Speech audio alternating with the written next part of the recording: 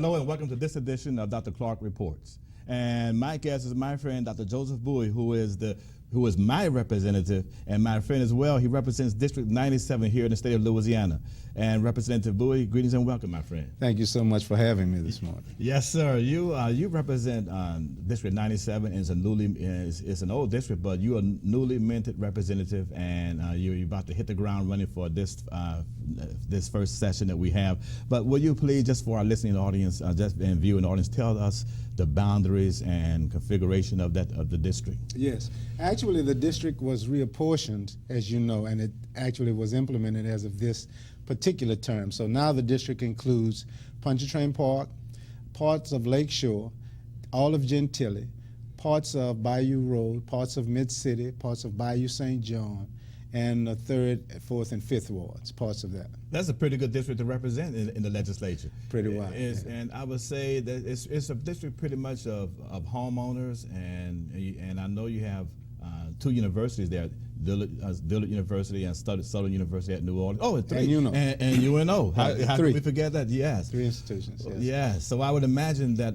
that on your docket, on your table, when you get to the legislature, education would perhaps be one of your target areas. Yes. Definitely will. As you know, the education is so critical to the community in general, but the district in particular. It's a pleasure and an honor to be representing 3 of the many institutions we have in the city of New Orleans.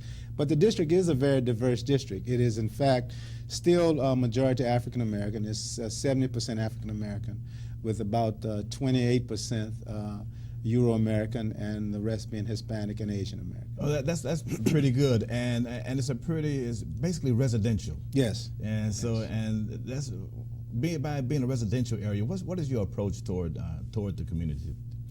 Well, yes. You know, the good thing is hitting the ground running there. You don't have to reinvent the wheel, if you will, because there are many neighborhood associations in the district, and they have been very active. So for me, the biggest thing is partnering with the neighborhood associations, which really represent the interests of the various neighborhoods within the district. Yeah. And I've begun to done that. I've done it prior to being elected, and actually since I'm now the rep, I'm definitely going to do more of that. Well, you're going to bring a very fresh face to the legislature and a whole new approach, and I think that's outstanding. And one thing that I do recognize, and I know that Southern University at New Orleans should be quite proud, because we have Representative Austin Badon, Representative Bishop, and yourself. Yes. And talking about alliteration, that's BBB. Yeah, so you put the initials out there. Actually, Southern University at New Orleans has a history of several representatives in the state legislatures, alumni who actually graduated from SUNO. You have Avery Alexander, Diana Bourgeois, John Johnson, Johnny Jackson. All of those were SUNO graduates. So we have a history, a tradition, if you will, of having legislators serve in the legislature. That activism is there. And I like that. I think it's absolutely very good. And I know what we talked before we began off camera, and you talked about the Small Business Association and the SBA, and that being an area of concern for you. Yes, sir. As I walked the district, one of the constant issues that raised itself was the issue of low wages for employees and the problem small businesses have, who have the desire to, say, increase their wages. You know, we talk about a minimum wage or a living wage. And so that was one major concern. Because this is a fiscal session, one of the bills I hope to pass is one that will give small businesses, those with employees of no more than 20 employees, an opportunity to afford their employees a wage increase. And what I'm hoping to do is to do that through a deduction or a tax incentive, if you will, basically where it would be a dollar for dollar match. That is, if you as a small business, let's say, would spend $6,000 that year for your employees, and you know you're going to have their recurring cost of $6,000, then we would give you a deduction, a state deduction of the $6,000. And so you accomplish 2 things. One, it does not cost the entrepreneur any money. You won't have to raise taxes. You won't have to raise prices for the consumer. But 2, more importantly, you give that extra money to your employee, who would then spend that money, and would actually have an increase in state revenue taxes. So it's a way to generate funds without causing a hardship on consumers, on employers but benefit the employee and the state. Absolutely, because that is absolutely a good concept. Because I know you need to have wage incentives to work, and I think that when you put that in, the dollar amount is going to be extremely beneficial to the state community. Yes. And do you think that the business community, they're going to be receptive, are they not? Yeah. Well, I'm sure the business community would definitely be receptive. The challenge will be to get legislators to embrace that particular bill and support it. I don't think it will be a hard bill, because I think around the state, small businesses, and that's where most of the employment opportunities come from, and that's what drives the economy, are the small businesses. So I think we got a good chance to get it passed and support it. Now, I also know that you have that, and I know our viewers know this as well, you bring a particular expertise, especially in the area of education. Yes. And we know about this GRAD Act and how important that is. And just could you tell our viewers some things about the GRAD Act that we should be aware of and we should know? Okay. In higher education, post-secondary education in Louisiana, prior to 2005, from 1974 to 2005, the higher education in Louisiana was under a desegregation settlement, and that pretty much defined how the state developed its higher education institutions, because the state discriminated against Louisianans of African descent prior to that. So there was a suit, and then this was a 20-year case, a 20-year consent decree. Well, that consent decree ended January of '06, right after Katrina, ironically. And at that time, the state then implemented the GRAD Act, which was to become the new plan for higher education. And so that plan included things like developing performance indicators and so forth, and those things would define your budget and your role, scope, and mission as an institution and so forth. So that's the new master plan for higher education. And there's some pieces in that GRAD Act that I'd like us to review, if you will, because they are causing some negatives on higher education institutions in general, and in particular on the historically black colleges and universities. One of those in particular is selective admissions. In Louisiana now, in order for a student to matriculate to any public higher education institution, depending on the institution, they have to make a certain ACT score. And of course, that ACT score is not apropos to the ACT score that students who are graduating from secondary public education are making. For instance, at SUNO, it's 22, at UNO, it's 23, at LSU, it's a 24. The average ACT score in Louisiana is from 17 to 19. And so, who are we making this ACT score for? So we sort of, in my opinion, blocking our students from their right to access an opportunity to the four-year college experience. And so I'd like us to look at that piece. Another negative that is happening is the impact on selective admissions at historically black colleges and universities, Southern and Grambling in particular. In one instance, Southern and Baton Rouge, for instance, had a 12,500 population student body. Today, their student body is less than 7,000. And I know it's directly correlated with the selective admissions criteria. Absolutely, and all of this goes against, to some extent, the mission of these universities, because yes. When these schools go up for reaccreditation, they look at the concept of what is your mission statement and are you fulfilling your mission. And if your mission is to educate these individuals who are people of color, and yet there are some structural deficits there that would not allow them to enter the school, it defeats the process, does it not? That's correct. In fact, what it does to the historically black college and university, it is actually redefines the role, scope, and mission. Because in 2012, Grambling, Southern, and all of the other schools had to agree to a new role, scope, and mission in the state of Louisiana. And of course, because the historically black colleges and universities are federally protected, they should not have agreed to anything that was contrary to their role, scope, and mission as an HBCU. And of course, to agree to selective admissions does that, because as you know, one of the unique things the HBCU does is to take that student based on where they are academically. We'd work with them in that first year, we used to call it developmental courses, to bring them up to speed so they can successfully matriculate. That was one of the unique attributes of the HBCU. Absolutely, and that was the benefit of the HBCU. But what I see this as well is this, and correct me if I'm wrong, does this not basically create a support mechanism for the community college structure that we have here? It seems as though they're redirecting students into Actually, that. Yes. It wasn't by accident that the community college system emerged right after selective admissions emerged. I think that was part of the plan, and they understood that if we, quote, blocked or stopped, if you will, open access to four-year institutions, our students will need to go somewhere. And that assumption, while it is laudable to some extent, what the data says, the research data says, that for African American students in particular, we don't transfer in numbers to that four-year institution if we in fact go to the two-year institution. And so while the assumption says that, okay, you students can go there and prepare to be able to function at the, quote, four-year institutional level, it's not necessarily the case in terms of what the data reflects for African American students. So in reality, they do not go in. They don't transfer, and not in the large aggregates that we would think. Right. Now, what do you anticipate to be some of the greatest issues when you hit the legislature? Because I know this is a fiscal session that we're getting into.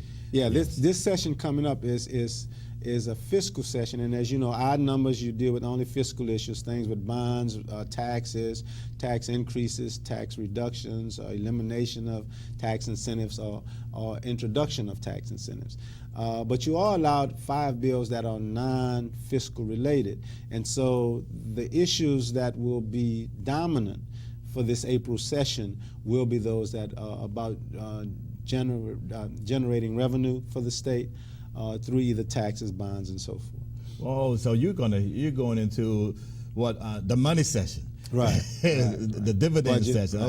Oh yes, and that's a good place to go and get your feet wet and to get involved and throw some punches and everything else. Well, the money drives everything. So if the money is funny, then we can expect programs and services also to be impacted negatively for constituents. And speaking of the money, we know we have the governor on one side of the equation, and we have the treasurer on the other side of the equation. And yes. So now we're going to find out exactly how much money do we have in the state of Louisiana in terms of our operating budget. And yes, in fact, one of the responsibilities for the fiscal session is to develop a budget. And presently, we're getting two sets of numbers. The treasurer is saying we have a deficit of $141 million, and the governor's office is saying we have a surplus of $178 million. So from the legislature perspective, we want to know what is the real number. So there have been attempts to get the Appropriations Committee and others to address that issue. So as we prepare for the fiscal session, we'll have the real number and what the real condition is. Can you imagine? If I'm the governor and I say you have this amount of money and you're the treasurer and you keep the money, you watch the money, and you say no, no, Gary, you don't have this kind of money. Somebody's number is funny. Yeah. It happens in our household sometimes. Yeah. Hey, Daddy, don't you have the money? No, we don't. Yeah. Absolutely, and and that's the way it works. And I think that there's been a voice. And what is it? Before we get into another phase that's important to me, what is it that your constituents say to you that they want you to do in Baton Rouge? Loud and clear. The conditions that the constituents are concerned with are economic development, employment, job opportunities, low wages, crime and safety, of course, and infrastructure. There's still a major concern about the streets in our neighborhoods, and the city has in its budget, I think about $600 million for street repair. So I want to make sure, Councilman Brissett and I, we're going to make sure that for him, District D, for me, District 97, and District 97 is within District D, that we get our fair share of those street repairs. But infrastructure is a major piece. One of the things I want to look at, too, relative to infrastructure, is there's some $1.5 billion that the state still has that is Katrina disaster relief money. Well, not just Katrina, but several of those hurricanes. But they still have $1.5 billion that the state is holding.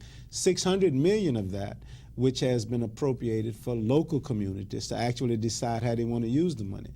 And so one of the things I'll be doing is try to find out why can't we shake some of that money loose to assist with some of the concerns we have at the local level. Absolutely, because in the past, the governor has had a propensity to not steer that money to urban sectors, but into the rural portions of the state. Exactly. I guess that's also part of his constituency. But again, I would like to remind my viewing audience that I'm Gary Clark, and I'm here with my good friend, Dr. Joseph Bouie. And Dr. Bouie, I've known you for oh so many years, and I know you have a very, very rich history in our community as a top educator in our area at Southern University at New Orleans. But will you please tell my viewing audience the Joseph Bouie story? Yes, sir. Well, the Joseph Bouie story. Well, I'm a lifelong New Orleanian. And actually, I grew up in several parts of the city, if you will. I was born in the 9th Ward. My family then moved uptown, which was at that time the Calliope Public Housing. My father passed when I was 15, so I was the oldest of 4 kids. And my mother, who started out as a community educator, she started schools at the churches and so forth. And went to Booker T. Washington. I graduated from Booker T. Washington, and then we moved down to the 7th Ward, which is where I pretty much grew up, and which is what part of District 97 is. And graduated from SUNO, went to Tulane, received an MSW, went to Atlanta University, and received a PhD. Dean Millie Charles, who was my mentor, she brought me on as an instructor at SUNO. We didn't have a school of social work at that time. We had the minor in social work, major in sociology. And from that point, that sort of began my academic career, if you will. And, I rose several administrative positions, even became chancellor for a while, and retired, actually, from SUNO a year ago. And of course, my plan was to just fish and golf and take it easy, but my desire to serve and my spirit wouldn't allow that. And of course, we still have many, many challenges in the community. And so being a public servant, the political arena offered me another opportunity to serve. And so I offered myself once again to the public to serve and to see if I can work with the constituents so we can collectively make a change. Well, I know that you're a social worker by training and development, but what is it that propelled you into this area called civic engagement and public involvement? What propelled you to do this? Well, my early experiences were community work. Vernon Shorty and I, as students at SUNO, we started some powerful names. Oh, yes. The first drug treatment program that ever existed in public housing, in the Desire Housing Project. We started a drug treatment program. Program became so effective that we got national acclaim. And of course, in '77, I left the program and began to teach. Vernon continued actually running the programs, and so we collaborated with prevention, treatment, as well as education. But that was my early community work, and of course my mentor Millie Charles, who who was a community activist and social worker. And so she had a great impact on my life in terms of being a professional change agent. So my training is sociology, social work, and education. But my community commitment and my concern for community just grew out of my experiences and being one who was a part of the great movements of the '60s, the student movement, the civil rights movement, the voters' rights movement. That sort of institutionalized my commitment to community engagement. Right, and that was an era of, a great social engagement and social involvement. And now we're now in the 21st century and this portion of the 21st century, that sort of political participation and activism has somewhat diminished to some extent with respect to people of color. Yes. But, and I know you're in the community. Your feet are on the ground, and you've always had your pulse on the dilemmas in our community. What would you say serve as the primary issues of concern here in the city of New Orleans and also in the state as well? One of the dilemmas I've experienced as I walked to the community to talk with residents, I found, and we see it in voter turnout, there is a great voter apathy. to the extent that we have such low numbers in participation, and of course, we know of our struggles as Americans of African descent to get the right to vote, to have the constitutions, creeds actualized as deeds to ensure we have that vote. And so we know lives were lost, and there was a great deal of suffering for us to get the vote. But the fact that we don't participate in this process is one that is especially interesting to me, and one that I hope to change, especially as it relates to District 97, as well as work with other elected officials to make sure we change that statewide. Because to reignite civic engagement is one of the goals that I have as the state rep for District 97. Yes, sir. You know, and now look at your career, and it's gone full circle. And what we find is that at one point you were on one side of the equation, mm-hmm. and now here you are in the legislature making the laws for where you once were. Yes. What do you imagine that experience is going to be like? Well, you know, the first thing I got to do is thank God, because I understand that it really has brought me full circle. In fact, I was so interested in leadership in general. But in particular, leadership among African Americans in the political arena. In fact, that was my PhD dissertation. And so for me to actually now have the opportunity to actually serve as an elected official really sort of makes that story, and will allow me actually to complete now this work to say, because I studied 275 years of black leadership in the political arena. And so now I have this experience, yes. historically and also presently. So I hope to be able to come up with something that can help us reignite, if you will, the civic engagement of the community. And you've been, as they say, you're in the arena. Yes, I'm definitely in now. So we in the arena, it takes on a different character. And you're absolutely right. But what do you see? And because the political landscape has changed mm-hmm. in our state, and you're part of the changing political landscape. That's the beauty of it as well. But what do you see as the relationship that you would have with our current governor and with the New Orleans delegation? Mm-hmm. Because you know there has been some friction, and yes, how do you think you're going to fit within that scheme? Well, yes. With the current governor, you know, the governor won't be the current governor for long. But the policies of the current governor has really set the state of Louisiana back so far. We will have quite a challenge when that governor is gone. The impact on Louisianians in general has been phenomenal. You know, refusal of the extension of Medicare, transportation, refusal of all of these federal dollars that are our tax dollars will set us back, has set us back enormously. With the New Orleans delegation in particular, I'm looking forward to working with the New Orleans delegation and to build a kind of collaboration and collective effort where we can come together to work on those conditions that exist in the community. Have you formed some friendships yet with yes.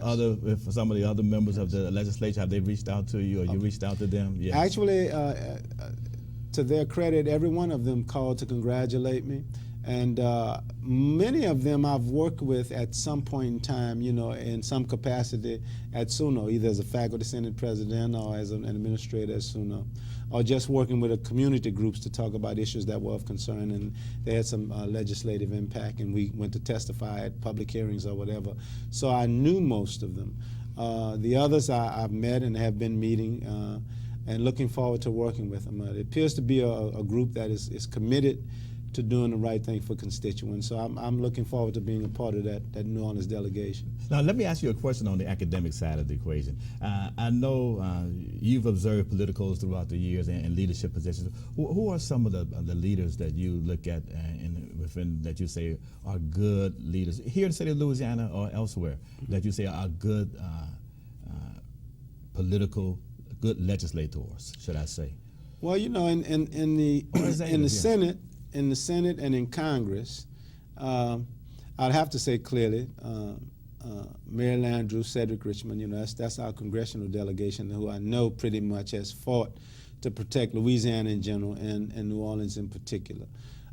In the Senate, we have Ed Murray, J.P. Morrell, and Karen Carter, who specifically has worked to ensure that. And of course, now our representatives. Of course, Senator Murray will be term limited this coming October.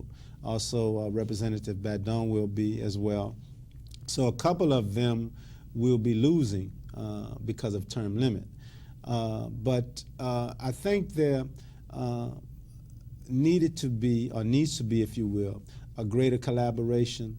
And so I look forward to being a member of the team, if you will, to try and strengthen that bond and cohesion between the New Orleans delegation in particular.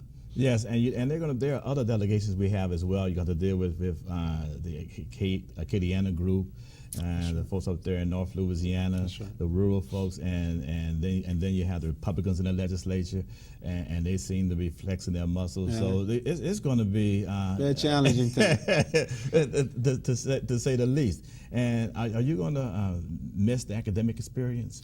Well, I know you retired. I definitely but yes. miss my students. You know, I mean, that was the joy of academia. You know, it's doing everything you could for your students. But in this role, I actually have the best of all worlds, if you will, because fortunately, as we talked about earlier, SUNO is in the district, Southern University of New Orleans, Dillard University is in the district, and the University of New Orleans. So I still will have, you know, a responsibility and opportunity to serve those higher education institutions as well as the general district. Now, we have about 2 minutes or so remaining, and if you can please just tell our viewing audience your vision for the district and your vision for the state of Louisiana under your leadership. One of the things I hope that I can influence through collaboration is to help both the community and those of us who are elected officials understand the systems perspective of institutions. You know, lots of times when we say, well, what are the concerns or problems of the community? And we say, oh, it's crime, or it's education, or it's economic development. In truth, my education and training tells me that all of those things are interrelated and interdependent. So I know, for instance, if we're going to, say, attempt to address the issue of crime, then an area we need to look at also is the availability of employment, business opportunity, as well as jobs, and education.